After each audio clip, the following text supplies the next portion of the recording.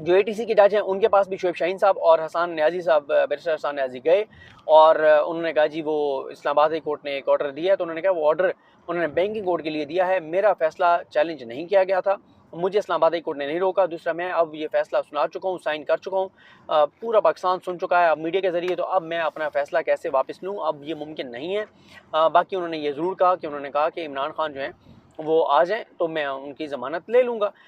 کیونکہ جو بابر امان صاحب کہتے تھے کہ آپ آج ہی یہ فیصلہ کر دیں کہ عمران خان پر جو ہے وہ دہشت گردی کی دفعات نہیں لگتی، اور عمران خان کے خلاف جو ہے یہ اس بڑے کمزور ایک کیس ہے کہ جناب وہ عمران خان کی یہ کہنا کہ عمران خان کی ماں پر جو ہے وہ وہاں پر الیکشن کمیشن کے باہر پرامن احتجاج ہوا ہے، لیکن انہوں نے کہا جواد عباس صاحب نے جو انسداد دہشت گردی کی عدالت کے جج ہیں راجہ جواد عباس، انہوں نے یہ کہا کہ مسئلہ یہ ہے کہ اسلام آباد ہائی کورٹ کا ایک فیصلہ ہے جس فیصلے میں یہ کہا گیا ہے کہ جب تک چالان نہ آ جائے ATC کے پاس اس وقت تک جو ہے وہ فیصلہ نہیں کر سکتے کہ انسداد دہشت گردی کی عدالت کے جج فیصلہ نہیں کر سکتے کہ دہشت گردی دفعات لگتی ہیں نہیں لگتی۔ انہوں نے سپریم کورٹ کا فیصلہ بھی پیش کیا ڈاکٹر بابر امان صاحب نے، لیکن اس پر جج صاحب نے کہا کہ ابھی میں میرٹس کے اوپر فیصلہ نہیں کر سکتا، اگر عمران خان صاحب آ جاتے تو میرٹس کے اوپر میں فیصلہ کر دیتا، اور شاید اسی کیس میں اسد عمر صاحب اور ان کی دہشت گردی دفعات ختم کی بھی جا چکی ہیں، لیکن کیونکہ عمران خان صاحب پیش نہیں ہوئے تو اس لیے میرٹس کے اوپر کیس نہیں سنا گیا، ابھی صرف بیل کا معاملہ جو ہے وہ سنا جا رہا تھا۔ اب عمران خان صاحب جو ہے وہ ان کی ضمانت جو ہے وہ خارج ہو گئی ہے، اب اگر اسلام آباد کی پولیس چاہے تو عمران خان کو گرفتار کر سکتی ہے، لیکن اس میں جو ایک تو یہ ہے کہ عمران خان ابھی 6 بجے خطاب کرنے جا رہے ہیں، دوسرا عمران خان کے پاس آپشن ہے کہ وہ لاہور ہائی کورٹ جا کر اور حفاظتی ضمانت لے لیں، حفاظتی ضمانت لے کر اور وہ یہاں پر 2 ہفتے کے اندر اندر آ سکتے ہیں، ATC آ سکتے ہیں، اور ATC آ کر اور وہ پیش ہو سکتے ہیں۔ یہ بھی ہو سکتا ہے کہ یہ جو فیصلہ ہے ضمانت خارج ہونے کا، اس کو تحریک انصاف جو ہے وہ اسلام آباد ہائی کورٹ میں چیلنج کرے، اور اسلام آباد ہائی کورٹ اس پر جو ہے وہ عمل درآمد روک دے یا اس کو سسپینڈ کر دے، جو بھی اس میں ہے وہ ہو سکتا ہے کہ یہ معاملہ اسلام آباد ہائی کورٹ جائے، اور یہ بھی ہو سکتا ہے کہ عمران خان حفاظتی ضمانت دیں لاہور ہائی کورٹ سے، لیکن آج اس پہ صورتحال جو ہے وہ واضح ہو جائے گی۔ تحریک انصاف کی جانب سے یہ کہا جا رہا ہے کہ عمران خان کو گرفتار نہیں ہونے دیا جائے گا، اور ایک بڑا مذکر خیز کیس ہے جس میں عمران خان کی ضمانت خارج ہوئی ہے کہ جناب الیکشن کمیشن کے باہر پرامن احتجاج جو ہے وہ عمران خان کی ماں پر ہوا، تو اب الیکشن کمیشن ہی اس وقت سب سے بڑا پاکستان کا بنا ہوا ہے، محترم ادارہ، منشی کو تو فواد چودھری گرفتار، پرامن احتجاج کرو تو عمران خان کی ضمانت جو ہے وہ خارج، تو یہ معاملہ ہے۔ اب امپورٹنٹ ہے کہ عمران خان صاحب 6 بجے قوم سے کیا خطاب کرتے ہیں۔ آج پورا دن بینکنگ کورٹ میں اور ATC میں یہی معاملات چلتے رہے، آج سارا دن ہم وہاں سے رپورٹ کرتے رہے، اور بہت سی چیزیں میں ٹویٹ کر چکا ہوں ساتھ ساتھ کہ کیا ہوتا رہا وہاں پہ، لیکن ڈاکٹر بابر امان صاحب نے کہا ATC کے جج جواد عباس صاحب کو، کیونکہ ATC کے جج صاحب کا جو کمرہ ہے اس کے ساتھ 2 احتساب عدالتیں ہیں، تو انہوں نے کہا کہ آپ کے ساتھ والی عدالت سے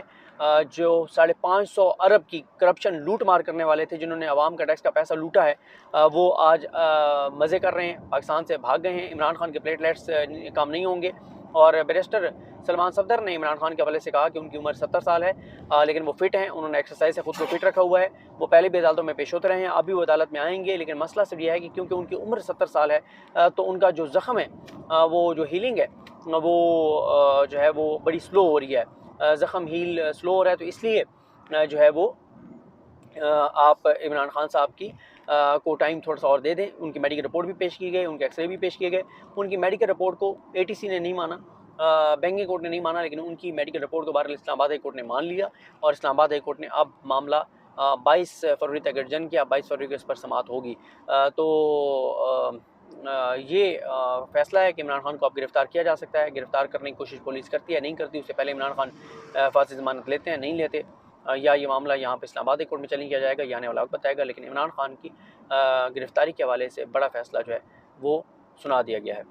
مجھے اپنی دعا میں یاد رکھیں، رقیم ہم سب کامی ناصر، اللہ حافظ۔ آپ کو اس کی جوابات نہیں آ رہا، حالانکہ پورے پاکستان کو پتہ ہے کہ کس طرح ارشد بھائی کو تھریٹن کیا گیا، ان کو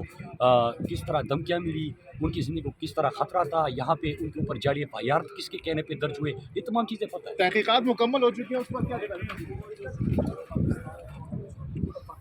جن چیزوں کی نشاندہی کی ہے وہ بڑی رائٹ ڈائریکشن میں ہے، اور نظر آ رہا ہے کہ یہ جو اسپیشل جے آئی ٹی ہے یہ میلافائڈلی پروسیڈ کر رہی ہے، ان کا لیک آف انٹرسٹ ہے، یہ قطعی طور پر بھی جو ہے وہ اس کیس کے لاجیکل اینڈ پہ پہنچنا نہیں چاہتے، یہ جان بوجھ کے جو پہلے ہی چیزیں فیکٹ فائنڈنگ رپورٹ کے تھرو سامنے آ چکی ہیں ان کو غیر مؤثر کرنے کے لیے یہ اپنی کارروائی آگے بڑھا رہے ہیں۔ میں پھر کہہ رہا ہوں کہ پورے پاکستان کے ہر انسٹیٹیوشن کا یہ کریڈیبلٹی ٹیسٹ ہے جس میں اب تک یہ جو اسپیشل جے آئی ٹی ہے یہ مکمل طور پر فیل ہے۔ سر جو ساتھ تھا اب مارچ میں انہوں نے پھر سے پروسیجر دے دیا ہے، تو یہ کیا اسی طرح چلتا رہے گا؟ کوئی دیکھیں، سپریم کورٹ آف پاکستان نے ایک oversight judicial oversight رکھتے ہوئے اس عمل کو آگے بڑھانے کے لیے ایک سرٹن ڈائریکشنز پاس کی ہیں اور ایک جنرل گائیڈ لائنز بھی وہ آپ کے سامنے آئی ہیں جس کے تحت یہ پروسیڈنگ جس اسکوپ میں آگے بڑھنی چاہیے، اور سپریم کورٹ نے بھی بار بار مایوسی کا رادر شدید مایوسی کا اظہار کیا ہے، جس سے نظر آ رہا ہے کہ یہ جو سارے کے سارے انسٹیٹیوشن ہیں یہ مل کے یعنی کہ پوری کی پوری گورنمنٹ آف پاکستان اور اسٹیٹ کے تمام انسٹیٹیوشن جو ہیں ان کا 100% I repeat lack of interest ہے، they do not want to pursue it effectively, اور نظر یہ آتا ہے کہ یہ ڈیلیبریٹلی یہ چاہتے ہیں کہ اس کا کبھی کوئی واضح حل نظر نہ آئے، اور یہ جو اس وقت کی پوزیشن ہے یہ اس کو مینٹین کرنا چاہتے ہیں جو کہ بڑی شدید مایوس کن ہے۔ میں لاسٹلی ایک دفعہ پھر دہراتا چلوں، this is a credibility test of every institution in Pakistan to reach to a fair and logical end of this proceeding کے واضح طور پر یہ سچ سامنے آنا چاہیے کہ کس نے شہید ارشد شریف کو قتل کرنے کی پلاننگ کی، کس نے جو ہے وہ اس کی ایگزیکیوشن کی، جس کا جو رول ہے وہ سامنے آنا چاہیے۔ لیکن اب تک آئی ریپیٹ کے تمام پاکستان کے ادارے جو ہیں وہ اپنے ہی شہری کو انصاف دینے کے لیے غیر مؤثر نظر آتے ہیں اور فیل ہو گئے ہیں اب تک۔ تھینک یو سر تھوڑا سا آئینی طور پہ بتائیے گا کہ الیکشن کمیشن کو جیسے لاہور ہائی کورٹ نے ڈائریکشن دی ہیں اور آج کے بعد کو آئینی طور پہ کوئی بحران بھی پیدا ہو سکتا ہے اگر ڈائریکٹ نہیں دیتا، دوسری صورت میں الیکشن کمیشن پہ توہین عدالت لگ سکتی ہے، کیا کہیں گے آپ؟ دیکھیں بالکل میرے خیال میں تو الیکشن کمیشن کو ویسے ہی بغیر کسی عدالت کے حکم کے بھی 90 دن کے اندر آئین کا جو منتہا ہے اس کے تحت انہیں الیکشن کرانا ہی مقصود ہے، تو اس لیے عدالت نے کوئی ایسی چیز نہیں کی ہے، صرف آئین کا اعادہ کر کے انہیں ان کی توجہ مبذول کرائی ہے کہ آپ 90 دن کے اندر پابند ہیں الیکشنز کروانے کی، اور کوئی بھی اس سے ماورہ نہیں ہے۔ آئین سے بھی ماورہ کوئی قدم اٹھائے گا تو وہ بھی غیر آئینی ہوگا، اور اسی طرح اگر عدالت نے انہیں پابند کر دیا ہے تو توہین عدالت بھی ہوگی۔ تو یہ تو کوئی بھی ایگزیکٹو اتھارٹی ہو وہ یقیناً آئین کے آرٹیکل 204 توہین عدالت کے مرتکب ہوگا اگر کسی عدالتی فیصلے کا انحراف کرے گا یا اس سے تجاوز۔ آرٹیکل 6 بھی لگے گا سر؟ نہیں، آرٹیکل 6 تو ایسے میں نہیں لگتا ہے، یہ تو بارگاہ ایک سیاسی آپ کی وہ ہے جو کہہ رہے ہیں۔ Article 6 is abrogation of constitution, یہ ان باتوں پہ آرٹیکل 6 نہیں لگا۔ آرٹیکل 220 سر یہ کہتا ہے کہ وفاق اور صوبائی جو ادارے ہیں وہ معاونت کریں گے الیکشن کمیشن کی، اگر وہ نہیں کرتے جیسے دیکھیں سبھی ادارے جو ہیں وہ الیکشن کمیشن کے تابع آ جاتے ہیں الیکشن پرپزز کے لیے، اس کی شفافیت ہی پر سارا جو ہے ریاست کا ڈھانچہ جو ہے استوار کیا ہوا ہے، تو اس لیے کمیشن کی جو آرٹیکل 218 اور 220 کی اختیارات ہیں اس کے تابع ہیں۔ الیکشن کمیشن کیوں نہیں اپنا حق استعمال کر رہا جو ہے آرٹیکل 220 کا؟ سبھی کو پابند کر سکتا ہے وہ، یہ کوئی ہیلے بہانے نہیں لگا سکتے کہ آئی جی کہہ رہا ہے کہ جی میں لا اینڈ آرڈر سچویشن ہے اور میں اپنے جو ہے فورس کو اسپیئر نہیں کر سکتا، یا کوئی اور مقتدر حلقے کہہ رہے ہیں کہ جی ہم چونکہ دہشت گردی کے معاملات ہیں اس طرح گمبھیر تو ہم اپنے فوجی اور رینجرز نہیں دے سکتے ہیں۔ اور بھائی فوجی اور رینجرز کس نے مانگے ہیں؟ یہ الیکشن کمیشن کا کام ہے، وہ کسی بھی ادارے کو کہہ سکتی ہے اگر چلیں